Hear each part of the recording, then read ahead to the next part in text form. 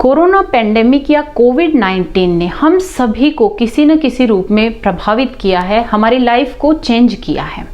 ये हमने सबने सुना है कि जो बच्चे हैं वो कोविड-19 से कम इफ़ेक्ट होते हैं, उनसे कम इफ़ेक्ट हुए हैं। अगर इन्फेक्शन उनमें होता भी है तो उनमें रिकवरी रेट बहुत अच्छी है। बट इन सब के चलते क्या हमने बच्चों की मेंटल हेल्थ, कैसा वो फील कर रहे हैं, कैसे उनके इमोशन हैं, उनके बिहेवियरल क्या चेंजेज हैं, क्या वो इन सब चेंजेस जो लाइफ में हमें करने पड़े हैं, क्या उनको वो अच्छे से अडॉप्ट कर पाए हैं, इन सबको कहीं हमने इग्नोर तो नहीं कर दिया है। As a mother, what I experienced during this pandemic, I just want to share with you. नमस्कार, आयुर्वेदा फ्री हेल्थ इंश्योरेंस में आप सभी का स्वागत है। अब जब ये एकदम से शुरू हुआ, हमारे प्लान थे, बच्चे स्कूल जा रहे थे, सडनली जो है लॉकडाउन कर दिया गया, ये सब बता दिया गया कि ऐसी महामारी आ गई है। हमने भी बच्चों को हर तरीके से या अपना अपना तरीका हमने उनको समझाया। बट उसके बाद हुआ क्या, हम बहुत स्ट्रेस में थे, टीवी में न्यूज़ देख रहे हैं, कुछ हमें ठीक लग रही है, कुछ लग रहा है क्या इतना ज़्यादा हो रहा है। फैमिली मेम्बर से बहुत बात कर रहे हैं कि वहाँ सब ठीक है, घर में ग्रोसरी ला के इकट्ठी कर रहे हैं, क्लीनिंग के जितने भी स्टेप्स हैं उनको इकट्ठा कर रहे हैं। मतलब वो स्ट्रेस, वो जो भी तनाव था वो हम महसूस कर रहे थे कि क्या है क्या नहीं है। तो उस समय जो है शायद हम बच्चों को वो टाइम नहीं दे पाए। तो ऐसा जो शुरू के 10 से 15 दिन हम उस कश्मकश में लगे रहे, तो मैंने अपने जो बच्चे हैं उनके बिहेवियर में चेंज नोटिस किया।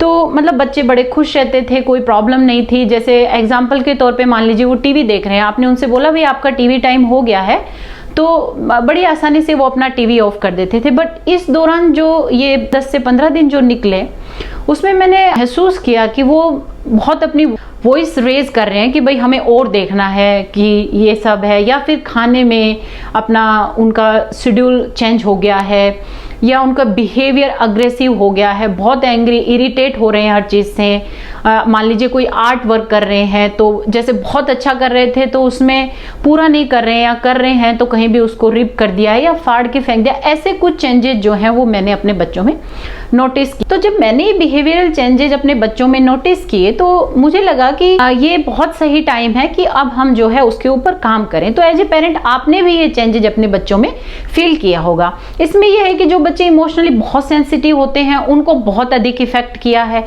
कुछ बच्चे जल्दी से कोप अप कर लेते हैं, बट कहीं ना कहीं जो है थोड़ा बहुत उनकी जो मेंटल हेल्थ है वो इफेक्ट हुई है। अब देखिए, इसकी बात करना इसलिए आवश्यक है कि जैसे मैंने आपको बताया है कि प्रकृति जो है वो व्यक्ति की कभी भी चेंज नहीं होती है। अब यहाँ बात करें तो मानसिक प्रकृति है या हमारा जो जीनोम है वो कभी भी चेंज नहीं होता है, वो हमेशा वैसा ही रहता है। पर मैंने बताया है कि वो जो भी एनवायरमेंटल है या अन्य जो भी फैक्टर हैं, बाहरी एक्सटर्नल फैक्टर हैं, वो उसको प्रभावित करते हैं। अब देखिए, हमारा मान लीजिए ये मेरा मेंटल स्टेटस है और ये जो मेरी मानसिक प्रकृति है चेंज नहीं होती है लेकिन प्रभावित हो रही है। तो दो साइड है इसकी। एक साइड है बिल्कुल नेगेटिव थॉट्स हैं, सब कुछ मेरे इमोशंस जो हैं वो सप्रेस करे जा रहे हैं, उनको सही तरीका क्या होना चाहिए, तो उस तरह से जो है मेरी जो एक मानसिक स्थिति है वो नेगेटिव साइड झुक जाती है। और यदि वही सही तरीके से अगर मैं उनको पॉजिटिविटी की तरफ, मेरे इमोशन सही तरीके से पॉजिटिव साइड की ओर मोल्ड करे जाते हैं तो मेरी प्रकृति इधर इफेक्ट होती है। तो एज ए पेरेंट जो हमारी ड्यूटी क्या है कि हम जो वो पॉजिटिव साइड है उसको हम बच्चों के लिए बढ़ाएं, ताकि जब वो ग्रो हो तो वो जब एक एडल्ट बने तो बिल्कुल हेल्दी और जो मोस्टली जो पोटेंशियल पर्सनैलिटी उनके अंदर आ सकती है वो निकल के आए। ठीक है, आप ये कोरिलेट भी कर सकते हैं। हमारे बचपन में कोई भी इमोशन या फीलिंग, या कोई देखिए बचपन में कोई इंसिडेंट हो जाती है जो बहुत खराब होती है, जो अच्छी नहीं होती है बच्चों के लिए, अगर उसको सही तरीके से पेरेंट्स ने या फैमिली मेंबर्स ने उसको कन्वे नहीं करा होता है तो कहीं ना कहीं वो पर्सनैलिटी में हमारे आ जाता है, वो नेगेटिव साइड हमेशा हमारे अंदर बनी रहती है। तो एज ए पेरेंट ये बहुत सही टाइम है कि हम इस पे वर्क करें। अब यहाँ एज ए पेरेंट मैं समझती हूँ जो पेरेंट है वो अपने बच्चों के लिए हमेशा ही बेस्ट ही करते हैं, बट कई बार क्या होता है हमें पता ही नहीं चलता है कि कहाँ कुछ गलत हो रहा है। तो बस यही है कि आप बहुत सारी चीजें कर रहे हैं, थोड़ा सा उनको टाइम देके थोड़े से राइट वे से अगर आप करते हैं तो बहुत अधिक उससे अचीव आप कर सकते हैं। अब आप सोचेंगे कि चलिए बता तो दिया है, बिहेवियर चेंजेस भी हमने बच्चों में नोटिस करे हैं, तो अब इसको करना कैसे है, क्या हमें करना चाहिए ताकि हम बच्चों की मेंटल हेल्थ को दोबारा से बूस्ट कर सकें। तो इसके लिए सबसे पहले आपको काम रहना है। ठीक है। और लिसनर बहुत गुड बनना है कि क्या बच्चे कह रहे हैं उसको बहुत ध्यान से सुनना है कि लाइक उनसे जो बढ़िया बात अभी कोई कह ही नहीं रहा है। उसके अलावा रीएश्योर, उनको एश्योर करना है कि हम हैं, आप लोगों को चिंता करने की कोई जरूरत नहीं है। उसमें पहला पॉइंट आता है बी ए रोल मॉडल, कि आप जो है एज ए पेरेंट आप अपने बच्चों के लिए रोल मॉडल होते हैं। आप जैसे सिचुएशन को डील करते हैं तो वो उसी तरीके से आपको कॉपी करते हैं, आपको ऑब्जर्व करते हैं। आप कैसे लाइफ स्टाइल जीते हैं उसको भी कॉपी करते हैं। दूसरा है कि आप अवेयर रहें कि how you take care about कोविड-19, लाइक आपको उसके बारे में कितनी बातें कर रहे हैं, कितनी न्यूज देख रहे हैं, बच्चों को कितनी इंफॉर्मेशन देनी है, कितना उन्हें जानना चाहिए, क्या प्रिवेंटिव मेजर्स हैं वो एज के अनुसार फॉलो कर सकते हैं। इसके अलावा एक बहुत अच्छा जो यहाँ है, आप इम्यूनिटी, यानी कि आप उनको समझा सकते हैं कि हमारे शरीर में जो है बहुत सारे हमारे खुद के सोल्जर्स होते हैं, चाहे कैसा भी जर्म आए हम उनसे फाइट कर सकते हैं। तो वो बच्चों को बताना है कि कैसे हम अपने इन सोल्जर्स को बढ़ा सकते हैं। तो उसके लिए हमें बोलना है कि भाई हमारे शरीर में जो सोल्जर्स को बनाएगा वो हमारा फूड बनाएगा, और कैसा फूड, हेल्दी फूड। तो एक हेल्दी फूड की हैबिट यहाँ हम उनमें डाल सकते हैं, बिकॉज ये ऐसा टाइम है कि वो समझ रहे हैं कि खुद को हेल्दी रखना आवश्यक है। अब इम्यूनिटी जो है, यानी कि एक रोग प्रतिरोधक क्षमता जो है, वो अगर बच्चों में हम आपसे डालते हैं तो ये बहुत आवश्यक है, क्योंकि हर चीज की टैबलेट लेने से बेटर है कि हम शरीर को इस लायक बनाएं कि हम उस डिजीज से लड़ने में समर्थ हो। तो ये एक अच्छा लेसन है जो हम बच्चों को इस टाइम दे सकते हैं। तीसरा है कि उनको सोशल डिस्टेंस क्या है उसको अच्छे से एक्सप्लेन करना है, उनको समझाना है भी सोशल डिस्टेंसिंग का मतलब आइसोलेशन नहीं है।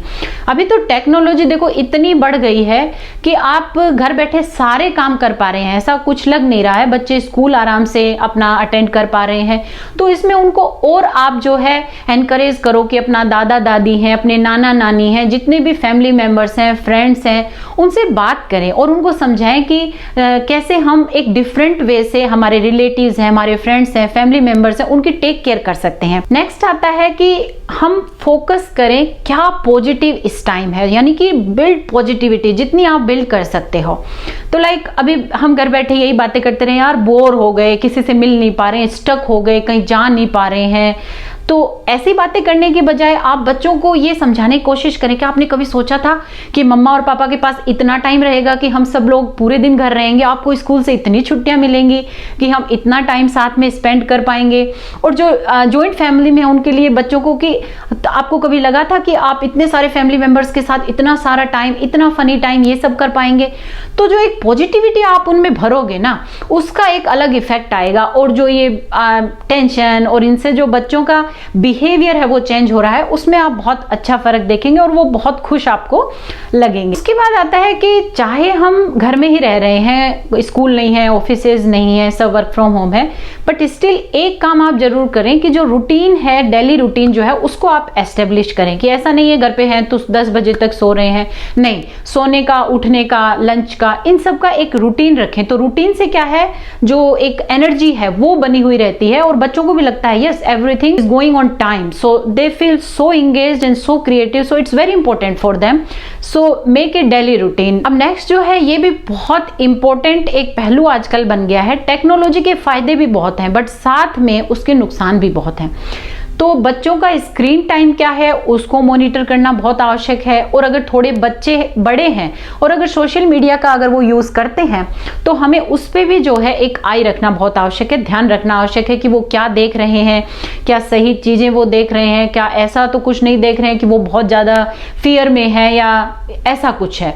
या जो छोटे बच्चे हैं अगर वो बहुत ज्यादा स्क्रीन टाइम करते हैं तो वो उनके स्ट्रेस लेवल को बढ़ाता है, वो क्रैंकी हो जाते हैं, इरिटेटेड हो जाते हैं। इसके अलावा योगा और प्राणायाम को आप इंट्रोड्यूस कर सकते हैं, क्योंकि पूरे समय में आप घर में हैं और एज ए फैमिली अगर आप उसको अपना रिचुअल बना लेते हैं, बहुत अच्छा बच्चों के लिए ये रहेगा, माइंड के लिए भी और हेल्थ के लिए। अब ये नहीं है कि बच्चे जो है बहुत अच्छा प्राणायाम, ब्रीदिंग टेक्निक्स वो सीखेंगे या बहुत अच्छा योगा आसना करेंगे, बट जब पूरी फैमिली करती है तो छोटे बच्चों को मैंने देखा वो बहुत इंटरेस्टेड होते हैं, बॉडी वैसे ही उनकी फ्लेक्सिबल होती है और ब्रीदिंग एक्सरसाइज वो जब करते हैं बहुत अच्छा लगता है। मैंने अपनी डॉटर को बताया तो जब वो पद्मासन में बैठ के और अपना मुद्रा लगाती है तो इट वॉज सो गुड। सो ये अगर आप एक रिचुअल क्रिएट कर लेते हैं फैमिली में तो इस सबकी हेल्थ के लिए अच्छा है। और कहीं ना कहीं जो ये ब्रीदिंग टेक्निक्स हैं वो हमारे इन्फेक्शन से लड़ने में भी हेल्प करती हैं। अब जो सबसे महत्वपूर्ण बात है, हमें जो है टाइम निकालना है अपने बच्चों से बात करने के लिए। बहुत इंपॉर्टेंट है कि हम बच्चों से बात करें कि उनके दिमाग में क्या चल रहा है, कि कैसे वो अपनी फीलिंग या इमोशंस को हमें बता पाए, है ना, वो अपनी बात हमें कह पाए। ये बहुत इंपॉर्टेंट है। अब देखिए इसमें क्या है, मान लो 1 से 1.5 साल का बच्चा है, उसको इतना इफेक्ट वो नहीं करता है, पर जो टोडलर है 2 से 5 साल का जो बच्चा है उसमें देखिए क्या होती है, वो हमें ऑब्जर्व करता है, हम कैसा फील कर रहे हैं, हम क्या कर रहे हैं, तो वो उससे एक अपना स्टैंड लेता है कि ओके ये चल रहा है इसलिए ऐसा हो रहा है, ये चल रहा है इसलिए ऐसा हो रहा है। तो यदि हम उससे बात करते हैं तो वो अपनी फीलिंग हमको बताता है, लेकिन हम वो अगर टाइम नहीं निकाल पाते हैं उसके लिए, हम अगर उसको टाइम नहीं देते हैं, उसकी फीलिंग्स को समझने की कोशिश नहीं करते हैं, तो वो क्या करता है, उसको लगता है कि अच्छा मम्मा परेशान है, पापा कहीं मैंने घर में मैच तो नहीं कर दिया, कहीं मैंने कुछ गलत तो नहीं कर दिया, तो वो क्या कहीं ना कहीं अपने आप को जो है ब्लेम करना शुरू कर देता है। और छोटे बच्चे ऐसी बात नहीं, वो बातें बहुत समझते हैं। तो जैसे मेरी छोटी बच्ची है, वो मुझसे पूछती है mama what will gonna happen if scientist will not find the cure for corona, तो क्या हम पूरे लाइफ भर के लिए घर में स्टक हो जाएंगे। तो ऐसे क्वेश्चंस उसके दिमाग में आते हैं, तो उसको सही तरीके से मोल्ड करना पड़ता है कि भाई नहीं ऐसा है, नहीं है, scientist will find it quickly. उसके अलावा अगर नहीं फाइंड कर पा रहे हैं तब तक तो हमें अपने सोल्जर्स को बढ़ाना है, अच्छा फूड खाना है, और जितने भी रूल्स हैं, जो भी हमको प्रिवेंटिव मेजर्स लेने हैं उनको हमको फॉलो करना है। तो उससे बच्चों में एक बहुत पॉजिटिव एनर्जी आती है। दूसरा जो टोडलर्स हैं उनमें क्या होता है, वो बहुत सीरियस क्वेश्चन आपसे पूछते हैं, आपने उसका आंसर जो भी दिया है they will feel good and they start to play, but after 3-4 hours there are again cycling of questions happen, they will ask the same question again, maybe in a different way. Like बाद में मेरी बच्ची मुझसे पूछती है I think when I grow up I'll become a scientist and I will find the cure for corona, so this happens, so we need to talk to them. अब उसके बाद जो मतलब 5 से 10-11 साल तक के जो बच्चे हैं, अब देखिए उनको बहुत सारी चीजें समझ भी आती हैं, बट बहुत सारी चीजें जो है वो नहीं भी समझ आती, बट वो थोड़े सेंसिटिव होते हैं, वो हमको ज़्यादा अच्छे से समझ पाते हैं। तो एग्जाम्पल के तौर पे जैसे मैं आपको बताती हूँ, मान लीजिए थोड़ा बड़ा बच्चा है, उसको समझ आ रहा है, वो न्यूज़ भी देख पा रहा है, इन्फेक्शन भी समझता है, क्या डेथ रेट चल रही है वो भी देखता है, वो सब चीज़ें समझ रहा है। तो कहीं ना कहीं उसके दिमाग में क्वेश्चन आता है, कहीं मेरे पेरेंट्स में से कोई डाई हो गया तो, कोई फैमिली मेम्बर्स में से डाई हो गया तो, बट वो हमसे क्वेश्चन नहीं पूछेगा, बिकॉज वो बहुत सेंसिटिव हमें लेकर के, अगर मैं ऐसा क्वेश्चन पूछता हूँ तो मे बी पेरेंट्स वरीड हो जाएंगे, उनको अच्छा नहीं लगेगा। तो अगर हम उनसे बात कर रहे हैं कि अच्छा बच्चे आपको अभी कैसा लग रहा है, कोई डर लग रहा है, आपको समझ आ रहा है कि आप स्कूल आपको क्यों नहीं भेजा जा रहा है, तब वो निकल के ऐसी बातें उनके मन से आती हैं और हम उनको अच्छे से समझा सकते हैं कि भाई ऐसी कोई दिक्कत नहीं है, आप बिल्कुल ठीक रहिए, हम अपना ध्यान रखेंगे तो ऐसा कोई समस्या नहीं आएगी। उससे जो बड़े बच्चे हैं वो अपने, अगर हम उनको टाइम देते हैं, वो फ्रेंकली जो है अपनी फीलिंग्स बताते हैं और वो जो है बातों को समझते भी हैं। तो ये एक बहुत इंपॉर्टेंट जो है पार्ट है। इसके अलावा जो भी क्वेश्चंस बच्चे पूछते हैं उनका आंसर हमें जरूर देना है, ऑनेस्ट देना है, ट्रूथफुल देना है, बट एक बात ध्यान रखनी है कि एज अप्रोप्रिएट आंसर देना है, कि कौन सी एज में कितनी डिटेल में हम उसको आंसर दें, उसका विशेष रूप से हमें ध्यान रखना है। तो एज ए पेरेंट मैंने अपने बच्चों में ये सभी जो मैंने आपको रूल्स या एक वे बताया है कोप अप करने का, मैंने फॉलो किया है और वो चेंज मैं अपने बच्चों में देख रही हूँ। और मुझे लगता है एज ए पेरेंट आपने भी कहीं ना कहीं थोड़ा बहुत मेंटल स्ट्रेस बच्चों में, उनकी मेंटल हेल्थ को लेके आप थोड़े चिंतित हो सकते हैं या उनके बिहेवियर में कोई चेंज देखे हैं। तो इस वीडियो के माध्यम से अगर आपको थोड़ी भी मदद मिलती है तो मेरे लिए बहुत खुशी की बात होगी। अगर ये वीडियो आपको पसंद आया हो तो प्लीज लाइक, शेयर और कमेंट जरूर कीजिएगा। Please don't forget to subscribe my channel. Take good care of yourself because health is wealth. See you in next video.